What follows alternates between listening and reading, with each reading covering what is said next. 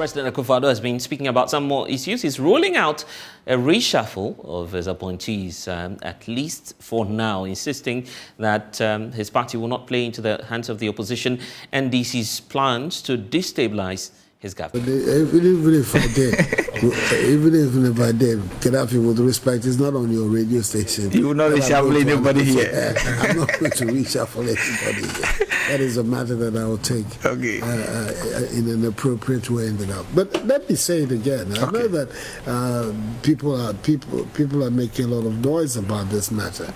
But several of the people who are responsible for assisting me to steer the country out of the difficulties that we inherited and out of the difficulties that have subsequently come are still in place. And many of them, for me, have done an outstanding work. Their output has been considerable. And that's what I look at. There's an issue about reshuffle or the performance of ministers. It isn't as if it is something that every now and then my mind comes to. It's a daily preoccupation for me. I'm required on a daily basis to ask myself whether the output of particular ministers is up to the mark. I am not the final authority, and if they're not up to the mark, I'm required to act. But if the output measures the expectations, then I don't have any strong reasons to heed the call. The calls come from all kinds of reasons. NDC wanting to destabilize your government is one. There are people who are also looking for jobs. Especially since yesterday. People have been sending me CVs to give to you. well, there you are. But I'm not disputing that there is quite a lot of attention on it. But I also think it is important for us to have a really holistic look at this matter and be certain of what we're doing. But as I say, it's not no responsible leader, president, prime minister will announce, I intend to reshuffle my no. If you're going to do it, you do it. If you're not going to do it, you just continue. So that's what I have to say. So I think that what the processes that the MPP went, you know. So clear indications there from the president that a reshuffle may not happen in the coming days. Well, earlier we do know that a number of groups were mounting pressure on the president to try and push through that reshuffle. Part of that group is the Alliance for Foot Soldiers Advocacy, who, of course, the members have been making a number of demands. Also, the Coalition for Social Justice have been mounting similar pressure on the president. So let's hear from these groups now. Ishak Awood is General Secretary of the Coalition for Social Justice, joins us now, and Opeyemu Woyome with the Alliance for Foot Soldiers Advocacy. Thank you, gentlemen, for your time. Let me start off with you, Opeyemu Woyome, because clearly your group is a pro-party, pro-NPP group. You are mounting pressure on the president to act fast and to reshuffle. And in the statement that you issued earlier, you pointed out that this is the time to bring on board fresh ideas to turn around the fortunes for the country. But there's a clear indication from the president that that's not happening anytime soon. All right. Hello and good afternoon to your viewers. Yes, we can hear you.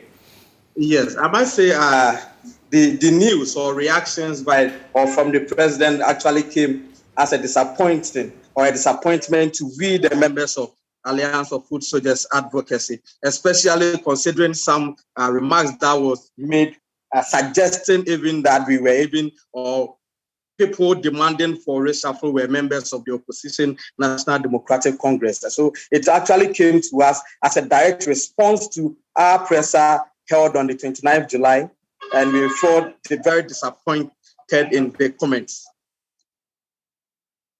Why were you mounting this pressure? For the president, this is just about job for the boys. And I mean, all party members who are mounting such a pressure are simply looking for jobs. And he would not necessarily work in such a manner.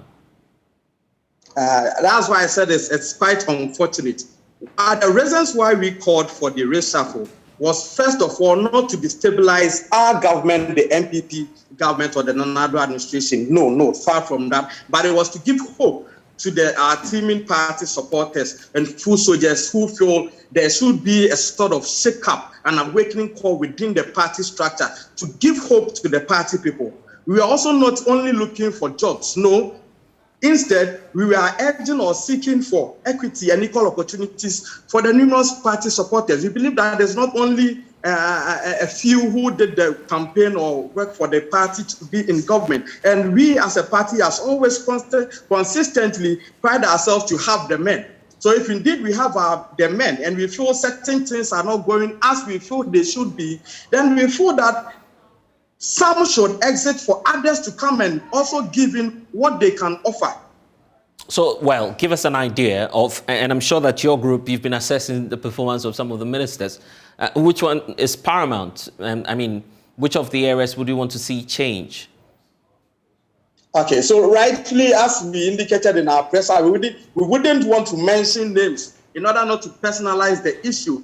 But we made reference to, for example, some few individuals who have, for example, shown interest in or expressed their presidential ambitions openly. And we wonder why such people should continue to occupy positions within this government, especially at this crisis period.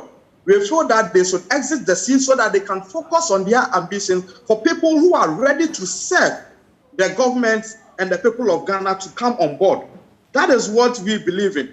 And especially now the party is running a campaign based on breaking the age. We believe that breaking the age shouldn't be just a mantra or not a rhetoric, but we should put actions to work. And if we are to do that, what other means can we achieve this? But giving hope to the people. The people feel our government can, there's a lot that we can do. And reshuffling the appointees is just one of the single things that the people are urging for. It is not just about AFA. It is about the party. And we believe or wish that the president, His Excellency, our President, Akufo-Addo, would listen to the voice of the grassroots. Right. I'll come to you shortly to find out what the way forward would be now that there's a clear indication from the president. Just hold on for me, Opemo. But let me also bring in Ishak Wood, who's the General Secretary for the Coalition for Social Justice. Ishak, it's clear now that the president would not listen. And in fact, it goes ahead to point out some parties, including the NDC, to say, well, it's part of the reasons why I would not do my reshuffle, because the NDC has a grand agenda to destabilize my government. So if the president says that, he's justified in retaining his ministers, not so? Well, Bless, I think that it's an act of mediocrity for the president to ask to narrow this particular concern to partisanship. Now, listening to my friend from the NPP, through AFA, it's evident that even people within the NPP party, which is in government, they have lost hope in the capacity of the president and his appointees to take us to the promised land. Well, they haven't said that. You're saying that on their behalf. All they're saying is I am saying that fresh ideas. It's my own interpretation. Okay, that's fair enough. I'm not saying he said it. I said that if you look at the concerns being raised by especially AFA, it's an admission that even within the NPP party itself, there are a lot of people who think that the current regime headed by Akufo-Addo and supported by his appointees is not delivering up to expectations. And if they are talking about their party, as a citizen, as a Ghanaian, I think that I have every right to also raise similar concerns as far as governance is concerned. This is a president who ran a campaign. This is a president who presented a manifesto to the people of Ghana.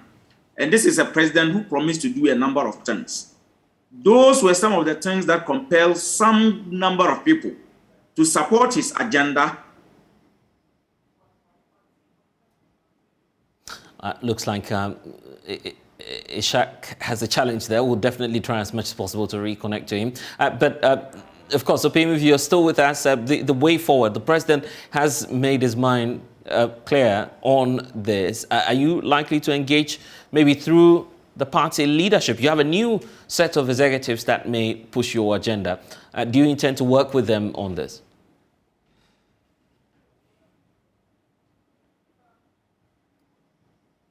Plans on visiting the newly elected executives or officials of the party at the national and at all levels of our party structure, and reshuffling and the plight or welfare of the party members obviously will take a center stage in the discussions that we'll be having with them. So, of course, we are not dropping the issue of reshuffle here. We do have maximum respect for the opinions and decision of His Excellency the President, but we as party members also believe that a reshuffle would help energize the party's grassroots towards or in preparation towards the upcoming election. So, of course, that is, we are not dropping the issue here. Whatever opportunity or platform that we have to also make inputs into decision making of governance or the party, we will of course table the issue of reshuffle to them. But once again, how popular is the demand for a reshuffle, even within the ranks of the New Patriotic Party? The belief is you're simply doing this for the obvious political interest.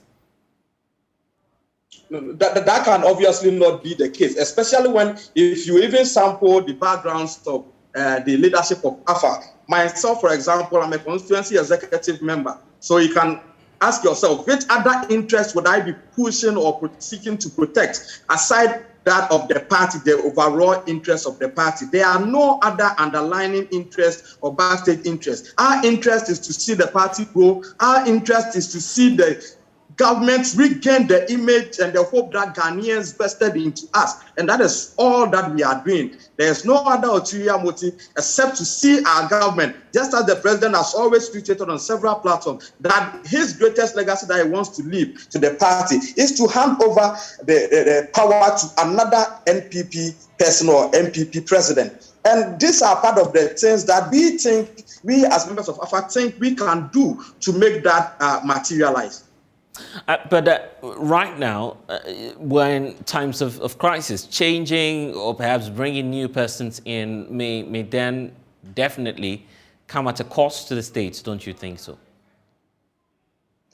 It's a yes and no, but you'd also agree with me that democracy and any other thing related to governance obviously come at a cost. If we are only considering the cost factor, then we may as well never even run an election in the country, because we all know the monies that government invest into elections, general elections. So if it's for the good and right cause, why not? If we think another person can better manage certain sectors of the economy, we can give the Ghanaian people hope and get us back on track. Why not?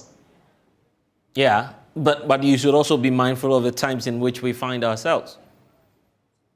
That is true, but let me make reference to the president's ending comment or statement, and let me quote here. I said, I'm not disputing that there is quite a lot of attention there, but I also think there is the need for us to have a holistic matter. It means the president himself admits that it's not just AFA, it's not just any other opposition party, but a lot, as he himself quoted. It means a lot of people feel there are certain positions or there should be reshuffle, and that is all that we are adding our voice to.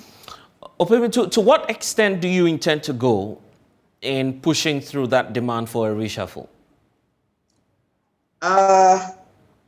As far as we can reach, but not to challenge the president, because we said that we do respect his decisions, but whatever platform, whatever avenue, whatever audience that is granted us, and at any decision table that we find ourselves, we will at all times insist and table this plea of ours. So the president takes a decision. And the very final one, the belief is you've, wasted so much time as a political party. You've lost it, isn't it?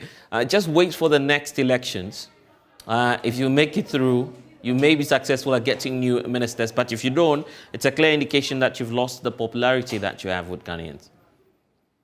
No. I actually think even lot of noise, lot of anxiety, anger going on in the public sphere. It's just that the people see the NPP in a different light. They do not see us as equal to the NDC. They believe the NPP is their only hope. They just feel that we can do better than what we are doing now. And that is why we are adding our voice to this subject. The opposition NDC, which is our main contender, is obviously never an option as far as governance of this country of ours is concerned. So we believe that if we put our things right, if there's reshuffle, if we're able to energize our grassroots, if we're able to give back the lost hope and the growing despondency among party members, if we're able to resolve some of these issues and bridge the gap between the grassroots and the government, then Ghanaians would regain the trust in us, and then we are likely to break the eight. And that is why we are making this call. Anyway, let's see how far that will go. I'm grateful, Secretary, spokesperson actually for the Alliance for Foot Soldiers Advocacy, a pro-NPP group. It's Ishak back on with us. Let's see if we can wrap up with you, Ishak, on the points there. Well, Bless, I think that it's within the president's right to appoint whoever he deems fit to appoint. But there's a certain level of discretion as far as rights are concerned. For the president to admit that he hears the concerns being raised, and for a party that has touted itself to have all the men capable of running the affairs of this country, I think that it would not even have to take us to raise these kinds of concerns before the president can act. I think that by this assertion, the president appears to